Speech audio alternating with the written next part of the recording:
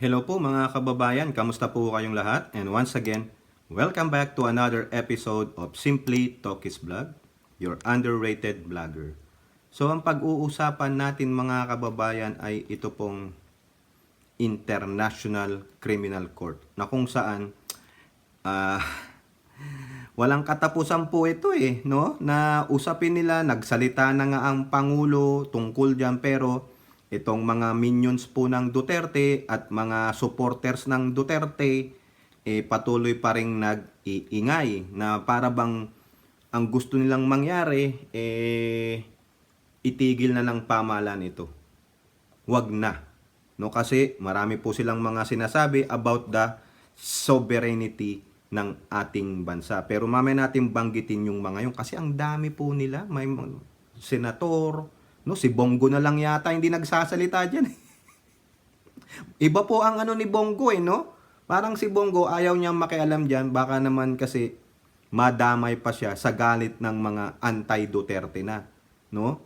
No, kumbaga ang ano ngayon hindi na anti-Dilawan anti-Pink anti-Duterte na.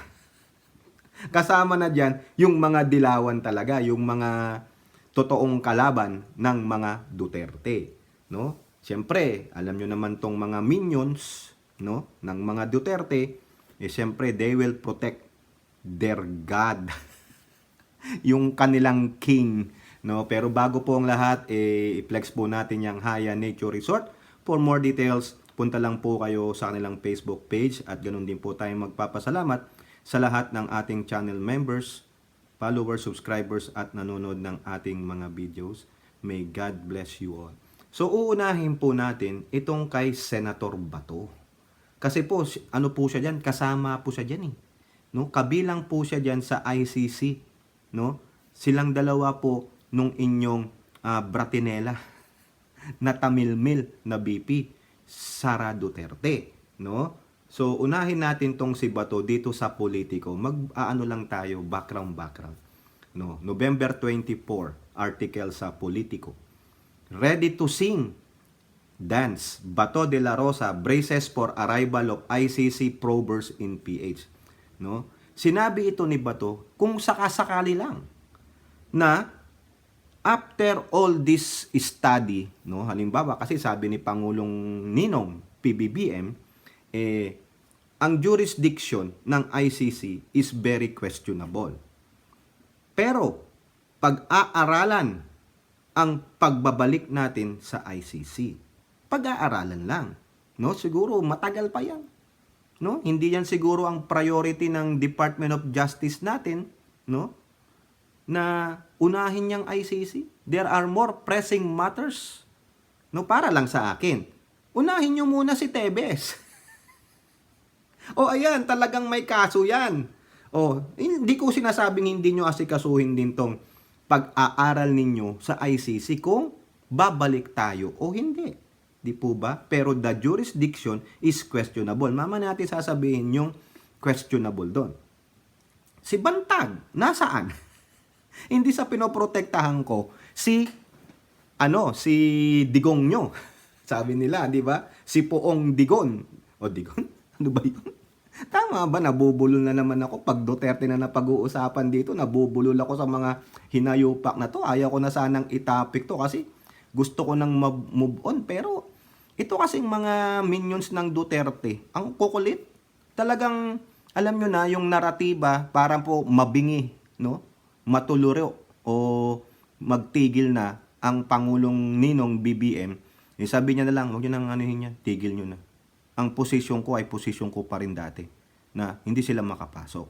Kasi sinasabi nila, ayun, nagbabago ng isip, kakampi na ng mga makabayang black ang Ninong PBBM ko. Gago pala kayo Di ba? Sinasabi nyo, ang architect ng foreign policy ay ang Pangulo. Bakit nyo siya pinangungunahan? Bakit gusto nyo siyang diktahan? Di po ba? Ba't hindi na lang kayo sumunod? Kung wala kayong kasalanan dyan sa inyong war on drugs, hindi kayo magngangaw-ngaw ng ganito. Tama, mali. Kung malinis yung war on drugs ninyo, hindi kayo magngangaw-ngaw ng ganito. Wala kayo yung mga pro-Duterte, your gods, your once and powerful, almighty Rodrigo Duterte fallen from grace. Hindi nyo yan proprotektahan. Di po ba? Kayo ang pinoprotekta. Kayo ba ang kasangkot dyan? Si Bato, okay lang yan. Magdaldal kasi kasama sa dyan. Si Bratanela, Tamilmil Sara Duterte, okay lang yan. Pero ikaw, Robin, kasama ka ba dyan? Ikaw, Panelo, ikaw, Roque, na masyado kang talakitok, no? At yung iba pa ng mga minions ni Duterte, kasama ba kayo dyan sa ICC? Kung gusto nyo, sige, pakulong na rin kayo. Para mabawasan ng mga ilan ba kayo? Sabi nyo, huwag nyong isama yung mga Marcos loyalist and supporter kasi binoto si Sara niyan kasi katambal ni Ninong PBBM. O sabi nyo, kalahati nung 32 million. Okay? Sabi nyo na, mga 15 million. O sige, pakulong na kayo. Samahan nyo na si Duterte doon kung saan man siya gustong ikulong ng ICC. Kung sa dahig, make sure, meron kayong mga visa na aprobado ng sambang dahig sa Netherlands. Sige, para doon kayo, para habang buhay ang inyong puong Duterte, pagsilbihan nyo. Pero, pag nawala na, huwag na kayong babalik ng Pilipinas.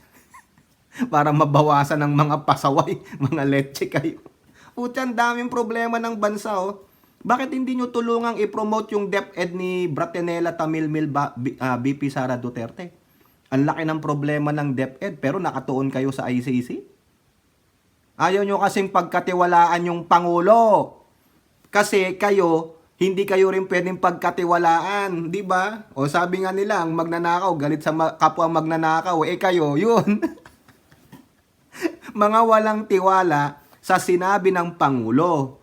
Natatakot Sinabihan lang na, it is under study. Uy, ayun, study na.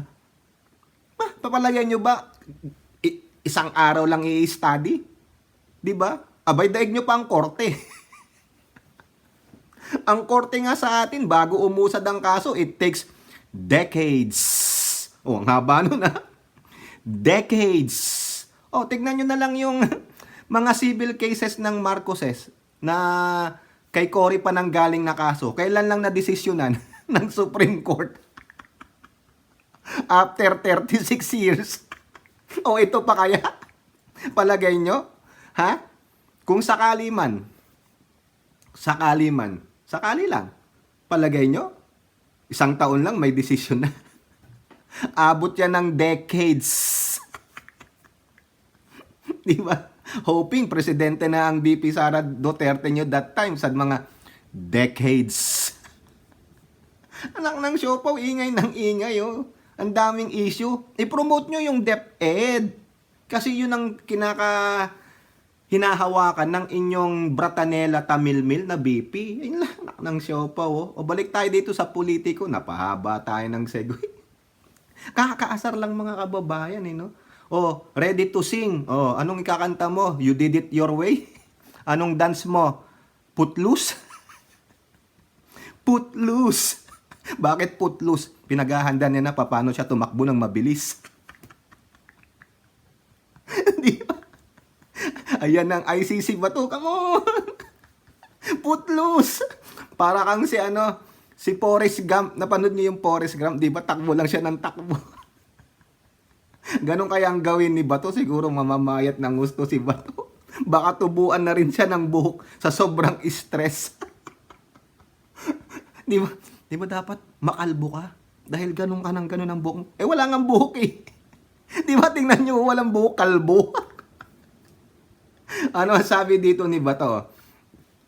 Ready to fire, ready to speak, ready to sing, ready to dance, ready lang, gawin natin. Yan, mag-ready lang daw siya. Yung sinasabi ng ibang mga vlogger dito na ipagkakanulo niya na daw si Poong Duterte niya, hindi po.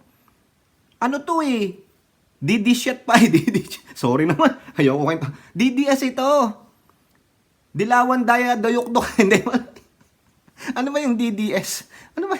Duterte diehard supporter to, hindi to magkakanulo. Loyal yan. Yan ang tinatawag nyong loyal. Di ba? Kung sa Marcos may loyalist, eto rin si Mr. Ajax, loyal. Di ba? De La Rosa, who is facing the ICC probe as Duterte's Philippine National Police Chief said he will not fight back like the thousand of drug suspects slain during his time at the police force. It's useless fighting the government. Hindi ako lalaban sa gobyerno. Eh, syempre, ayaw mo naman matokhang, di ba? Yung tulad ng mga pinaggagawa nyo. Syempre, mahal mo rin ang buhay mo. Ba't ka lalaban sa gobyerno? Di ba? O, ready to sing and dance na daw po siya. And he's ready. O, di pa pasukin na. Ready ka naman pala. O, di ba? O, nangaasar lang tayo. Baka may maasar. Huwag kayong maasar. Di yung sabi ni Bato. Kaya po, ito naman, nagbago ang tono, mga kababayan. Nagbago ang tono. Sa Abante, una sa balita, ICC, ginagamit para patahimikin si Digong. Ayon kay Bato. Ala, para daw patahimikin si Digong. Totoo ba yan? Di ba? Totoo ba na open lang yung usapin sa Kongreso, patatahimikin? But sana kung pinatanggal na yung gikan sa masa niya. Yung made in China niya na gikan sa masa. Pucha, sinabi lang, meron lang usapin na resolution, 3 resolution sa Kongreso, patatahimikan ng bossing mo, sobra ka naman. Ano ba naman yan? Tama ba naman yan? Di ba? Hindi naman diktador ang Kongreso. Hindi naman diktador ang Pangulo. Sino ang diktador? Yung amo mo, yung puon mo. The once and mighty, fallen from grace, Rodrigo Roa Duterte. Yun lang yun. Di po ba? O, ito pa sabi niya, sa ABS-CBN din, talagang ingay na ingay siya kasi karapatan niya yan. Unang-una, that's his right. The freedom. Also, sabit siya Kasama siya kaya kailangan niyang mag-ingay. At also, pogi points po yan, mga kababayan. Pogi points yan. Bakit? 2025. Re-electionist, kailangan mag-ingay. Di ba nga, may sinasabi na yan sa West Philippine Sea. Sa palagay niyo, kung hindi ito re-electionist, ha? Hindi mag-iingay ya? Ano sabi niya? De La Rosa says, rejoining ICC needs Senate approval. O, yun naman pala Bakit kayo natatakot? Ha? Bakit putak ng putak yung mga kasamahan mo na wala, paniwalaan nyo na lang po si Bongbong Marcos. O, di ba paniwalaan na daw? Tingnan nyo, nakita nyo yung pagiging makasarili nila. Yung pagiging kung ano lang yung convenient sa kanila, yun ang gagawin nila at sasabihin nila. Kasi nagbi-benefit sila Dati, kinakastigo nyo ang Pangulo. Kung ano-anong pinagsasabi nyo, peace and order, walang ginawa, ganito. Tapos nung nasusukol na kayo, tapos kayo ay pinoprotektahan ng Pangulo, iyan. Siyempre, price na price nyo, di ba? Mga two-face, mga plastic, hipokrito. Utang-ira. Mga gago, Kita nyo? Di ba? Puring-puri nyo ang Pangulong Bongbong Marcos pag pabor sa inyo. No? Pero pag wala nang sinabi ang Pangulo, tulad nung sinasabi ni Roque, no? Na nag-aaway daw yung Sara, saka yung Bratanela, Tamil Mil Sara nila, saka si Martin, si Ninong Martin. Nakikiusap si Roque na magsalita na daw ang Pangulo. Gago. Kailangan bang maging diktador ng Pangulo? Hindi tulad nung amo mo. Lahat na tamilmel. O ngayon, anong ginagawa nila ngayon?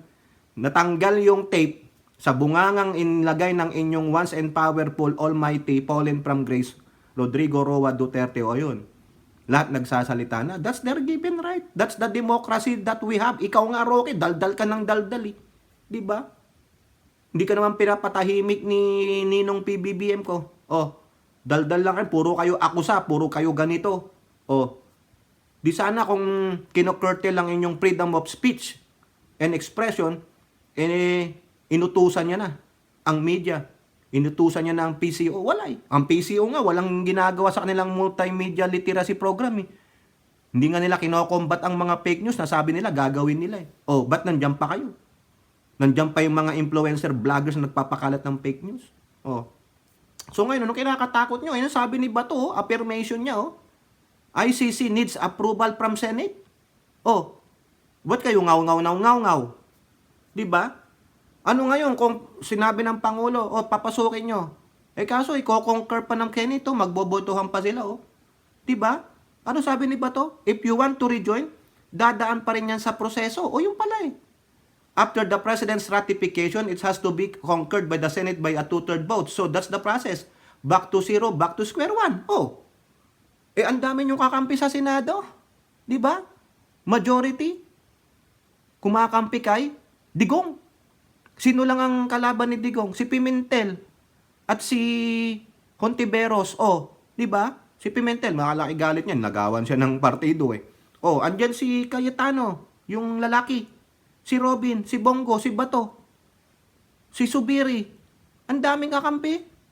Andyan pa yung number 1 fan niya, saka number 1 ally niya, si Amy Marcos. Oh, ano kinakatakot nyo? Kung sabi ng Pangulo na, sige, study lang natin. Study pa lang yan, ha? Sobra na kayong maingay, kinakatakot nyo. Ano kinakatakot ninyo? Diba? Study lang eh. Umiikot na tumbong ninyo.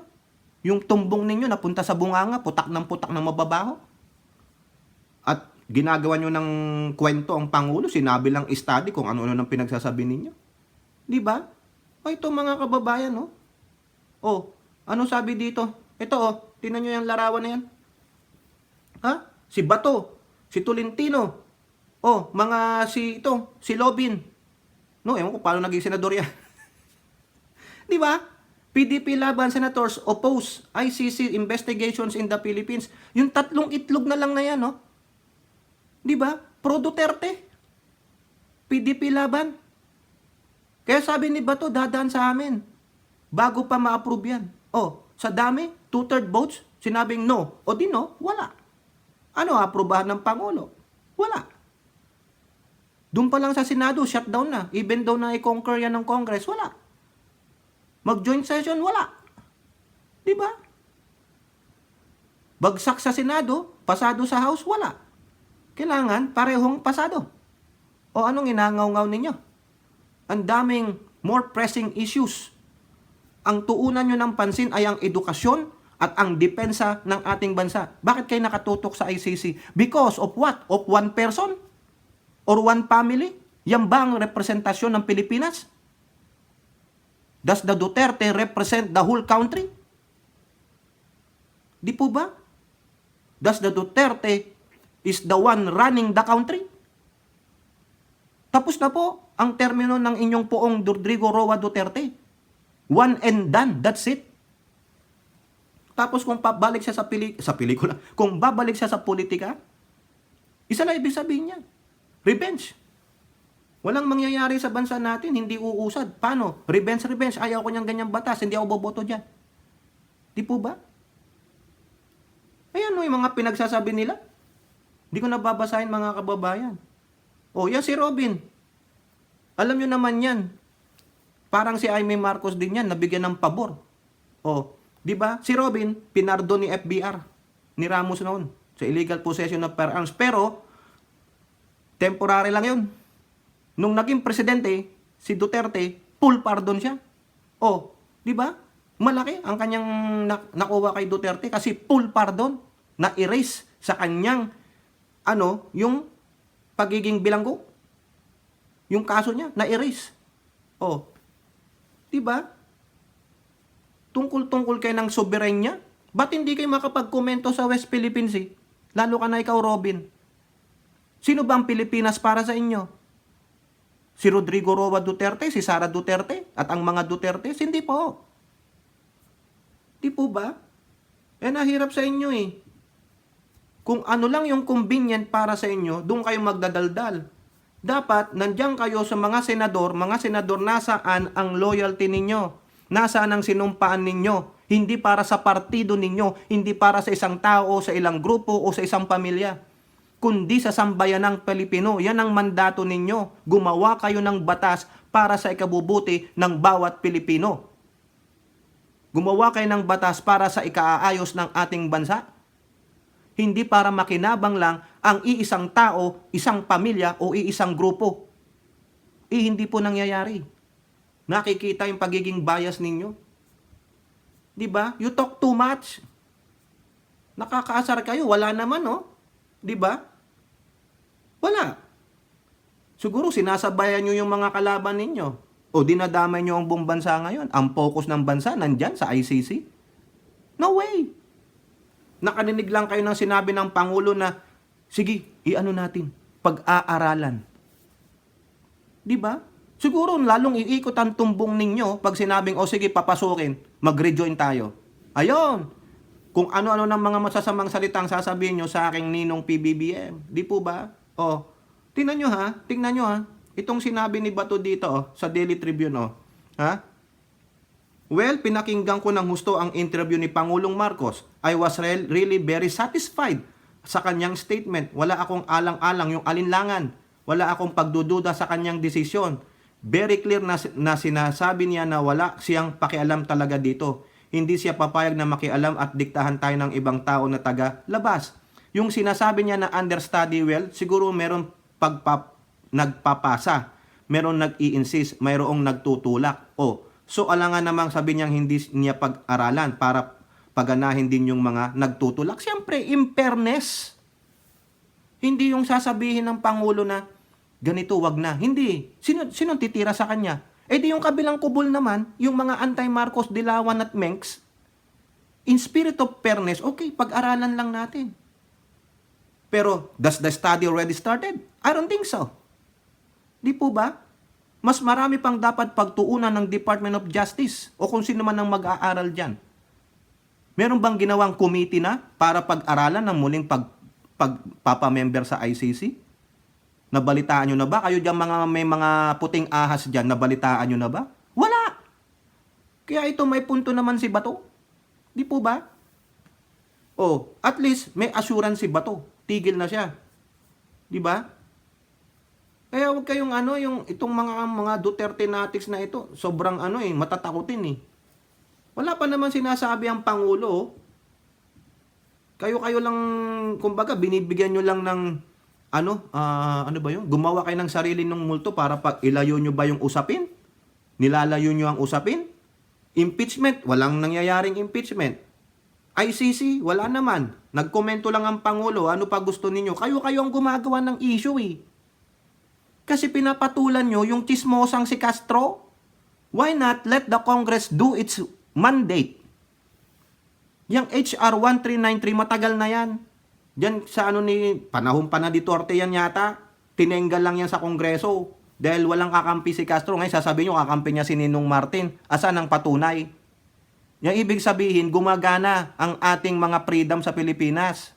Hindi naman pwedeng supilin na lang ni Martin. Siya? Diktador. Kayo yata, ganun ang ginawa ninyo eh. Kinontrol nyo lahat, diniktahan nyo lahat eh. Eto pa Yung sinasabi ni Robin, wag na daw magdulot ito ng kalituhan. Sino bang nanglilito? Sino nanglilito? Di po ba? Kayo lang. Puro kasi kayo patol eh. Palapatol kayo eh. Hindi nyo na lang antayin kung totoong pababalikin o magkakaroon ng investigasyon. Pinangungunahan nyo kasi ang presidente. Yung mga minions nyo naman, iba-ibang sinasabi.